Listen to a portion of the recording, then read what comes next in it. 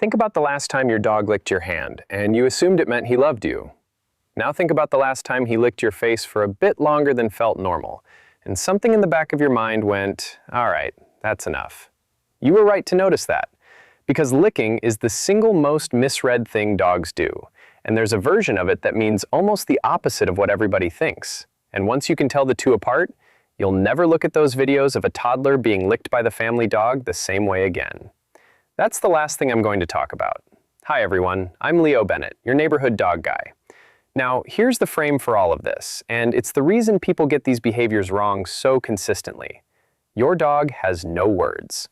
What he's got instead is a body, a nose that's several hundred times better than yours, and about 40,000 years of instinct that was installed long before he ever met a sofa. So every one of these odd little things he does is a sentence in a language you were never taught, and we translate them into human motives because human motives are the only ones we've got. Affection, guilt, being naughty. Almost always wrong, and almost always more interesting than what we assumed. I get it wrong too. So today, 10 behaviors, what each one is actually saying, and the correct way to respond. And the licking goes last. Quick note before we carry on. This is one chapter of a much bigger conversation about what your dog is trying to tell you, and I've gathered all of it into a book called The Happy Dog Manual over at leodogsecrets.com. Go take a look if you want more happy years with your dog. That's all. Let's start with the one that happens while you're standing at the kitchen counter. Your dog comes over and sits directly on your feet, not next to them, on them with his full weight like a warm sandbag. And we read that as clinginess. It's partly comfort, your feet are warm, but mostly it's scent. Your feet and shoes carry the most concentrated signature of you in the house, and he's parked in the middle of it. Watch what happens when somebody unfamiliar walks in. A lot of dogs press down harder. That's a statement. This is my person. The correct way. Let him, and put a hand on him while he's there. Two things to watch. If he only does it when strangers arrive and he's stiff, staring, or growling, that's not affection. That's a worried dog, and a worried dog positioned between you and a visitor is how small incidents happen. And a dog who never sat on your feet and suddenly won't leave them is worth noticing rather than enjoying. Second, and this is the one that gets dogs surrendered. You go to move your dog off the sofa, or a child bumps into him while he's asleep, and you get a low growl. And the sound of it lands like a betrayal. Here's what's actually happening. He was in deep sleep, his brain hasn't caught up, and for about a second and a half, he doesn't know what touched him. That growl isn't aimed at you. It's a reflex from an animal who is briefly not sure where he is. The correct way, and this genuinely prevents bites. Wake him with your voice from a distance. Say his name, let him come round in his own time, and only then touch him. Never punish that growl. A growl is a warning, given in advance, by a dog who'd rather not escalate. And if you punish the warning, you don't get a calmer dog, you get a dog who stops warning you and goes straight to the next step. That's the single most dangerous thing you can teach an animal. And teach your kids the rule that a sleeping dog is off limits because they are the ones this happens to. Third, eating dirt. He's out in the garden and he's chewing soil or mulch or something off the flower bed, and it seems like a strange little habit. Sometimes it's boredom, sometimes he just likes the taste. But persistent dirt eating is worth taking seriously. Eating non-food can point at a nutritional gap or a gut problem, and soil carries parasites, while mulch and compost can contain things genuinely toxic to dogs. The correct way.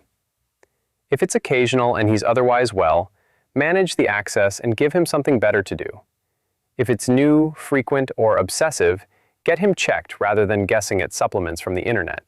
That's a proper diagnostic question, not a training one. Fourth, and this one's lovely once you know it.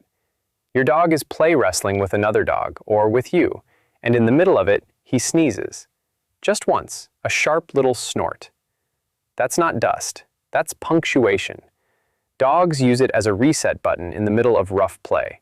A signal that says the teeth and the growling aren't real, we're still just messing about.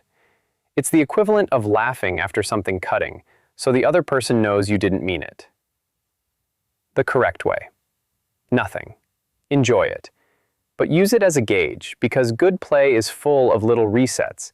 Pauses, sneezes, shakes, both dogs taking turns on top. Play with no breaks in it at all. getting faster and quieter, with one dog never getting a turn, is play that's about to stop being play. That's when you interrupt, cheerfully, and let them both cool off. Fifth, the food bowl. He's got dinner. He looks at it, then looks at you, then waits. And a lot of people read that as him asking permission. What's more likely is much simpler. Eating means putting your head down and losing sight of the room, and a lot of dogs would rather do that with somebody they trust nearby. Company makes it feel safe. The correct way. If he wants you in the room, be in the room. That costs you nothing. Two things to separate out. If he'll only eat with another dog present, or he hovers and stiffens when anybody passes, that's early resource guarding, and you handle it by feeding him somewhere he can't be approached, not by taking his bowl away to prove a point. And a dog who has always eaten well and suddenly won't is not being fussy. That's a medical question first, every time. Sixth, the zoomies. Out of nowhere, he's flat out sprinting a circuit of the house, ears back, eyes wild, tail tucked, taking corners off the furniture. There's a name for it, frenetic random activity periods, and it means exactly what it looks like. A release. You'll see it most after a bath, after a long, boring stretch, after something exciting, and in puppies at roughly 9 o'clock at night, without fail. It's normal, and it's a good sign. The correct way. Don't chase him, and don't try to grab him mid-lap, because that's how people get knocked over and how dogs skid into things. Just get out of the way and give him a safe surface. Tile and laminate at that speed is how young dogs hurt shoulders and knees, so a rug or the garden is better. And if they've got a frantic, can't-stop quality rather than a joyful one, that's usually a dog who isn't getting enough of something during the day. Seventh, the hoarding. You pull back the duvet and there's a half-chewed toy in your bed, or a bone under your pillow, or something unspeakable tucked into the sheets. And the instinct is to be a bit annoyed. But look at what he's chosen, the spot in the house that smells most strongly of you. He hasn't picked a random hiding place, he's picked the safest one he can identify. The correct way. Don't tell him off for it, because the message he takes from that isn't, the bed is off limits, it's, my valuable things get taken away, and that's how guarding gets built. Trade instead. Swap it for something better and put it in his own spot. If you'd rather keep the bed clear, manage the access rather than the dog. Shut the door when you're not in there. And if he stiffens or freezes when you approach a stash, stop reaching and deal with that separately. That's a warning worth respecting. Eighth, and this one people find harder than they expect. He grabs a soft toy and shakes it violently side to side, then works the seam open and pulls the stuffing out across your living room floor. And here's the honest version. That's a predatory sequence. The shake is the motion that would break a small animal's neck, and the squeaker in that toy sounds remarkably like a small animal in distress. That's not a flaw in your dog, and it doesn't make him dangerous. It's a hardwired behavior pattern that most dogs need to express somewhere, and expressing it on a toy is a genuinely good outcome. The correct way. Let him have it, and take the stuffing seriously. Swallowed stuffing and squeakers cause blockages, so supervise the destruction and bin the toy once it's opened up. Then give the drive somewhere better to go. A flirt pull, a tug he's allowed to win, a proper snuffle session. Suppressing prey drive doesn't work. Channeling it works beautifully. Ninth, the suitcase. The bag comes out of the cupboard and he's on it, lying across it, or standing in it, or bringing you a toy every 30 seconds while you pack. And we read that as him being clingy or sulking. It's much simpler. He's learned what that object means. A suitcase has predicted you leaving every single time, and now the sight of it produces the feeling in advance. Sitting on it is both a delay tactic and a way to sit in a pile of your smell. The correct way. Break the prediction. Get the bag out on a random Tuesday, leave it open in the hallway, feed him next to it, then put it away and go nowhere. Do that a few times and the object stops carrying the news. Pack when he's asleep or out of the room if he really struggles. And be honest about the difference between mild disappointment and genuine distress. Pacing, panting, drooling, refusing food, or destruction at the door when you actually go is separation anxiety, and that's worth proper help rather than a packing trick.